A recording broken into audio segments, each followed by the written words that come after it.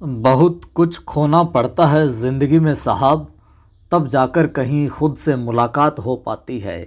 नमस्कार, जय हिंद। मैं हूं आपका दोस्त कवि आदि गणेश।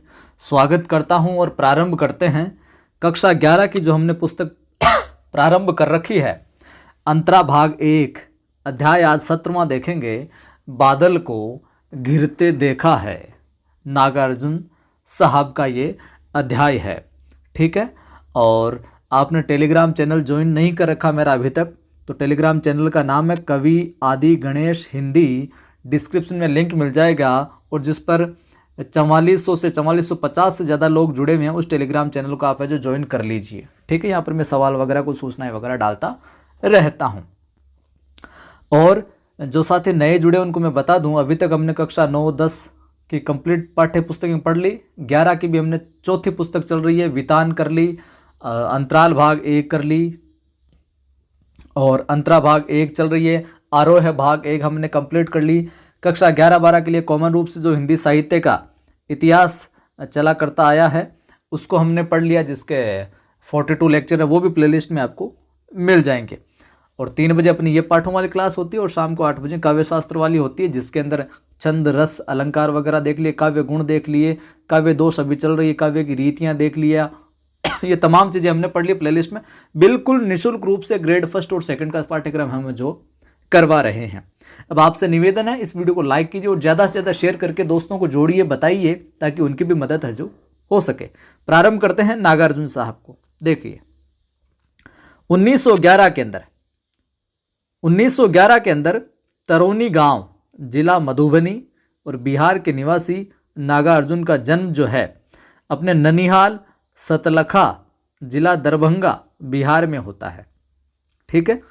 1911 में जन्म होता है और तरोनी गांव, जिला मधुबनी, बिहार के तो निवासी हैं ये वैसे, लेकिन नागार्जुन का जो जन्म है अपने ननिहाल में होता है, सतलखा, ननिहाल सतलखा, जिला दरभंगा, बिहार में हुआ था साहब।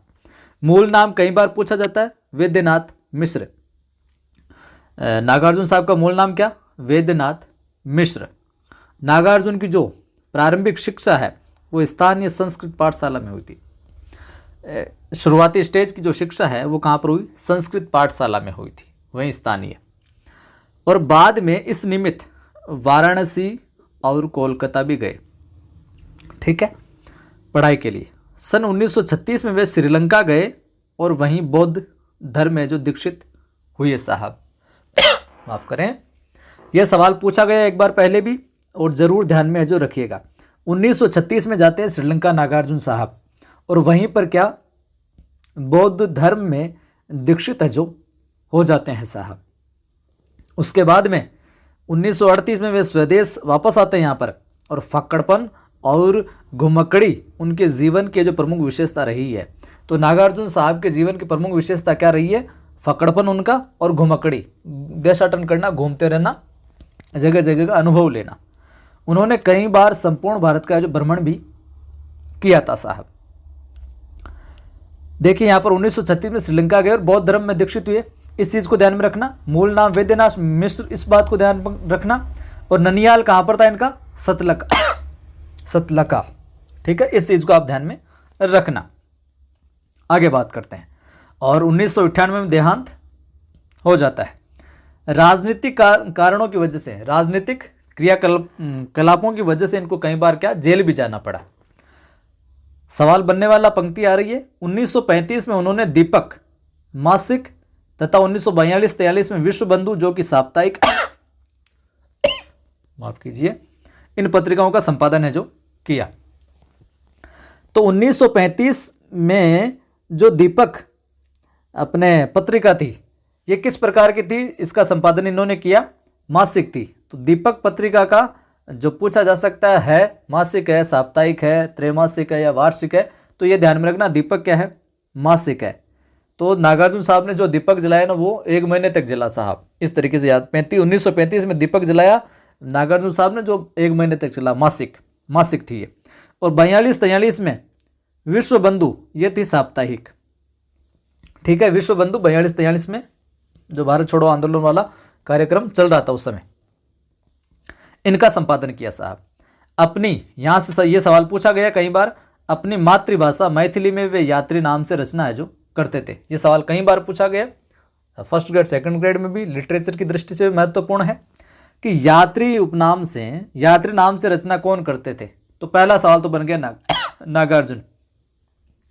और अपनी मातृभाषा मैथिली में, तो मातृभाषा मैथिली में करते थे यात्री नाम से रचना। मैथिली में नवीन भावबोध की रचनाओं का प्रारंभ उनके महत्वपूर्ण कविता संग्रह चित्रा से माना जाता है। देखिए मैथिली में, अब जो चित्रा इनका काव्य संग्रह है, कविता संग्रह है, ध्यान में रखो चित्रा क्या है, चित्रा है कहानी संग्रह, काव्य संग्रह, व्यंग्य संग्रह, तो आपको ध्यान में रखना यहाँ पर कविता संग्रह है चित्रा। और मैथिली में नवीन भावबोध की रचनाओं का प्रारंभ उनके महत्वपूर्ण, तो इसके अंदर क्या है, मैथिली की जो रचनाएं हैं। नागार्जुन ने संस्कृत तथा बांग्ला में भी काव्य रचना की, मैथिली नहीं संस्कृत और बांग्ला में भी इन्होंने काव्य रचनाएं जो की थी साहब। आगे देखिए, लोक जीवन, प्रकृति और समकालीन राजनीति उनकी रचनाओं के क्या मुख्य विषय रहे हैं। लोक जीवन की बात करने वाले रहे हैं, प्रकृति की बात करने वाले रहे हैं, और समकालीन राजनीतिक जीवन की जो बात करने वाले रहे हैं। विषय की विविधता और प्रस्तुति की सहजता नागार्जुन की रचना संसार को नया आयाम देती है। मतलब उनका जो अपनी रचना कहने का जो ढंग है, बात कहने, अभिव्यक्ति का जो ढंग है, वो इनका कुछ विशिष्ट है, अलग है। तो ये इनके रचना संसार को नया आयाम देती है, एक तरीके से विशिष्ट बनाती है इनको, प्रस्तुति इनकी। छायावादोत्तर काल के भी अकेले कवि हैं। तो ये छायावाद के बाद के अकेले कवि हैं जिनकी रचनाएं ग्रामीण चौपाल से लेकर विद्वानों की बैठक तक में समान रूप से जो आदर पाती है। ग्रामीण चौपाल में भी इनकी रचनाओं का महत्व, वहाँ पर भी आदर पाती है, और विशिष्ट जो पढ़े लिखे है, उच्च वर्ग है, वहाँ पर भी इनकी रचनाएं जो आदर है जो पाती है। जटिल से जटिल विषय पर लिखी गई उनकी कविताएं इतनी सहज, संप्रेषणीय और प्रभावशाली है जो होती है कि पाठकों के मानस लोक में तत्काल बस जाती है, खोपड़े के अंदर तत्काल है जो घुस जाती है बात। और नागार्जुन की कविता में धारदार व्यंग्य भी देखने को मिलता है। जनहित के लिए प्रतिबद्धता उनकी कविता की है जो मुख्य विशेषता है साहब। देखिए, नागार्जुन साहब ने छंदबद्ध रचनाएं भी लिखी और छंदमुक्त रचनाएं, दोनों प्रकार की रचनाएं हैं जो रची साहब। और उनकी काव्य भाषा में एक और संस्कृत काव्य परंपरा की प्रतिध्वनि देखने को मिलती है। संस्कृत से संबंधित, संस्कृत युक्त शब्दावली भी देखने को मिलती है। तो दूसरी ओर बोलचाल की जो भाषा है, वो शब्द भी है जो, वो रवानी और वो जीवनता भी देखने को मिलती है। इनकी रचनाओं में दोनों कौशल है जो, दोनों चीजें हैं जो समाहित रहती है। देखिए, ये सवाल कई बार पूछा गया। अगली जो पंक्ति है, पत्रहीन नग्न गाछ, ये एक मैथिली कविता संग्रह है। तो सवाल बन गया, पत्रहीन नग्न गाछ है मैथिली कविता संग्रह, हिंदी कविता संग्रह, उर्दू कविता संग्रह, इस प्रकार से। तो आपको ध्यान में रखना, मैथिली कविता संग्रह है पत्रहीन नग्न गाछ। इस पर इनको साहित्य अकादमी पुरस्कार भी है जो प्रदान किया गया था। तो ये अपने क्या बोल रहे हैं, पत्रहीन नग्न गाछ, इस पर इनको साहित्य अकादमी पुरस्कार दिया गया था, जो कि क्या है, मैथिली कविता संग्रह है साहब। ये चीज़ है जो आप ध्यान में रखिएगा, ठीक है। आगे देखिए, आगे हम बात करें, उन्हें उत्तर प्रदेश के भारत भारती पुरस्कार से भी नवाजा गया, और मध्य प्रदेश के मैथिली शरण गुप्त पुरस्कार और बिहार सरकार के राजेंद्र प्रसाद पुरस्कार से भी सम्मानित है जो किया गया। तो ठीक है, सवाल यहाँ पर तीन चार तरीके से सवाल बन सकता है। पहला सवाल यह बन सकता है, नागार्जुन को सम्मानित नहीं किया गया, नागार्जुन को किस पुरस्कार सम्मानित नहीं किया गया। तो तीन के तो चार ऐसे नाम दे दिए जिसमें एक इनका पुरस्कार हो ही नहीं। तो वहाँ पर साहित्य अकादमी दे दिया, भारत भारती दे दिया, मैथिली शरण गुप्त दे दिया, या राजेंद्र प्रसाद पुरस्कार दे दिया इनमें से। तो ये तो इनको मिले, और जो नहीं हो कोई और दे दे, वो इनका नहीं होगा। तो एक सवाल तो ये बन जाएगा, ठीक है। दूसरा, पत्रहीन नग्न गाछ किस प्रकार का, मैथिली कविता संग्रह। साहित्य अकादमी पुरस्कार इनको किस पर मिला, पत्रहीन नग्न गाछ पर मिला। या ऐसे आ गए, पत्रहीन नग्न गाछ पर इनको कौन सा पुरस्कार मिला, साहित्य अकादमी, ज्ञानपीठ, भारत भारती, जो भी है। तो यहाँ पर ध्यान में रखना साहित्य अकादमी। तो इन 2-3 लाइनों से भी कहीं से भी सवाल बन सकता है। तो साहित्य अकादमी पुरस्कार मिलता है, भारत भारती मिलता है। अब ये ऐसे भी सवाल पूछ लिया जाता है, भारत भारती पुरस्कार संबंधित है उत्तर प्रदेश, मध्य प्रदेश कहाँ से, तो भारत भारती जो है वो उत्तर प्रदेश से संबंधित है। मैथिली शरण गुप्त मध्य प्रदेश से, मैं से मध्य और मैं से मैथिली, मैं से मध्य, तो मध्य प्रदेश का है कौन सा, मैथिली शरण गुप्त पुरस्कार, ये भी ध्यान में रखना। और बिहार सरकार का कौन सा है, राजेंद्र प्रसाद पुरस्कार, ठीक है। उन्हें साथ ही साथ दिल्ली की हिंदी अकादमी का शिखर सम्मान भी है जो इनको मिला था। तो इतने सारे अवार्ड है जो ये मिले, इनको नवाजे गए। प्रमुख काव्य कृतियाँ देखते हैं। इनका सवाल लगभग 2 सवाल तय मान के चलिए, इनके परीक्षा में आते ही आते हैं, 1-2 सवाल। प्रमुख काव्य कृतियाँ, युगधारा। युगधारा का हमें समय देखें तो युगधारा का आप समय लिख सकते हो। वैसे तो मैंने पूर्व की कक्षाओं में नागार्जुन जहाँ पर आया था डिटेल से करवाया था, फिर भी लिख लीजिए। युगधारा का समय लिख लीजिए आप 1953, ठीक है। युगधारा 1953। प्यासी पथराई आंखें 1962। प्यासी पथराई आंखें क्या होगा, 1962। और आगे है सतरंगे पंखों वाली का लिख लीजिए आप, सतरंगे पंखों वाली 1959। तालाब की मछलियाँ आ जाता है। तालाब की मछलियों के बाद में अपने आती है हजार हजार बाहों वाली। और तुमने कहा था पुरानी जूतियों का कोरस, तुमने कहा था 1980 लिख लेना, इसका ये पूछी जा सकती है। तुमने कहा था 1980। पुरानी जूतियों का कोरस 1983। ये जो कुछ के जिनके मैं लिखूं उनके जरूर याद कर लेना, क्योंकि ये हिंदी साहित्य इतिहास के अंदर महत्वपूर्ण हस्ताक्षर है, इसलिए इनका रचनाकाल कुछ रचनाओं का ध्यान में रखना जरूरी है, ठीक है। तो पुरानी ज्योतियों का कोरस हो गया। आखिर ऐसा क्या कह दिया मैंने। और रत्न गर्भा या फिर रत्न गर्भ भी देखने को मिल सकता है। ऐसे भी हम क्या और ऐसे भी तुम क्या। पका है कटहल। मैं मिलिट्री का बूढ़ा घोड़ा, ध्यान में रखना, मैं मिलिट्री का बूढ़ा घोड़ा किसकी है, नागार्जुन। भस्मांकुर को भी ध्यान में रखना भाई साहब। और इसके अतिरिक्त हम देखें तो बलसनामा रतिनाथ की चाची, कुंभी पाक, उग्र तारा, जमनिया का बाबा, वरुण के बेटे जैसे उपन्यास भी है जो विशेष महत्व, ये इनके उपन्यास हैं। आगे बात समझ में। रतिनाथ की चाची क्या है, उपन्यास है। बलसनामा क्या है, उपन्यास है नागार्जुन का। वरुण के बेटे उपन्यास है। और कुंभी पाक उपन्यास है एक। अपने दुख मोचन भी है, इनका क्या है, उपन्यास है साहब। और आगे हम बात करें तो उनकी समस्त रचनाएं नागार्जुन रचनावली 7 खंडों में। तो जो अब सवाल यहाँ से ये बन सकता है, रचनाओं में तो कुछ भी पूछा जा सकता है, लेकिन कि नागार्जुन रचनावली के अंदर समस्त रचनाएं कितने खंडों में प्रकाशित है इनकी, तो ध्यान में रखना 7। कितने में, 7।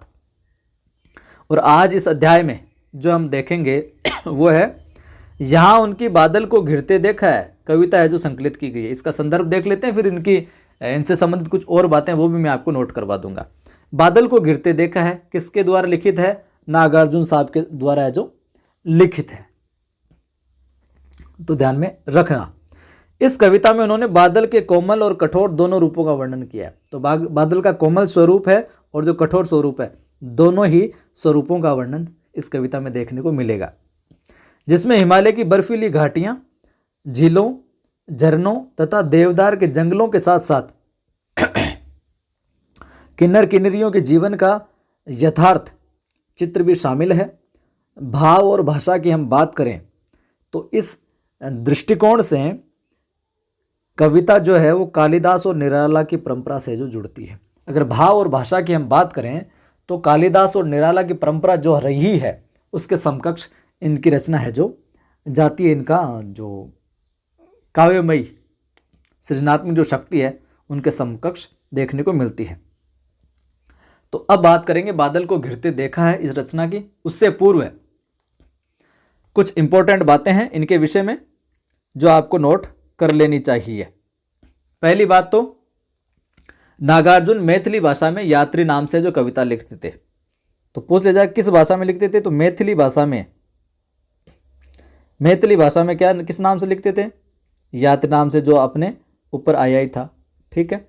दूसरा पॉइंट यह है, अंधविश्वास के कारण बचपन में इनका नाम ढक्कन रखा गया। तो यह सवाल भी कई बार पूछा जाता है, ढक्कन उपनाम से कौन जाने जाते हैं, नागार्जुन। ये सवाल कई बार पूछा गया। तो ढक्कन किनको कहा जाता था, नागार्जुन साहब को।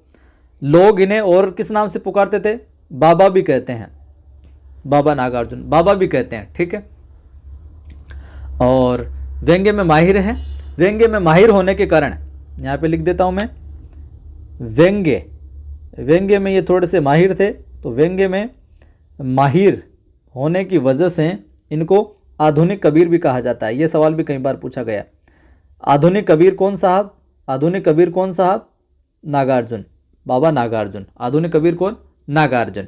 आगे बात समझें। दीपक का संपादन करते हैं, जो मासिक है, और इनकी ठेठ ग्रामीण शैली के जो मुहावरे हैं वो इनकी भाषा के, इनकी नागार्जुन की रचनाओं में देखने को मिलते हैं। ये पूछा जा सकता है, एक सवाल ये कई बार आया है, अकाल और उसके बाद, अकाल और उसके बाद किस प्रकार की कविता है? अकाल और उसके बाद। ये एडिशनल एक्स्ट्रा चीज़ें लिखवा रहा हूँ मैं आपको, जो कि इनसे संबंधित पूछी जा सकती है। अकाल और उसके बाद, ये इनकी एक लंबी कविता है। क्या है? लंबी कविता। अकाल और उसके बाद क्या है? लंबी कविता है एक। ठीक है। और मैंने बता दी नागार्जुन की जो है वो 7 खंडों में नागार्जुन रचनावली है। इनकी प्रसिद्ध पंक्तियां मैं आपको बोलकर बता देता हूं एक बार, जो पंक्तियां देकर सीधा सीधा साहित्य इतिहास के अंदर पूछ लिया जाता है किन की पंक्तियां हैं। तो बदला सत्य अहिंसा बदली, लाठी गोली डंडे हैं, कानूनों की सड़ी लाश पर प्रजातंत्र के झंडे हैं।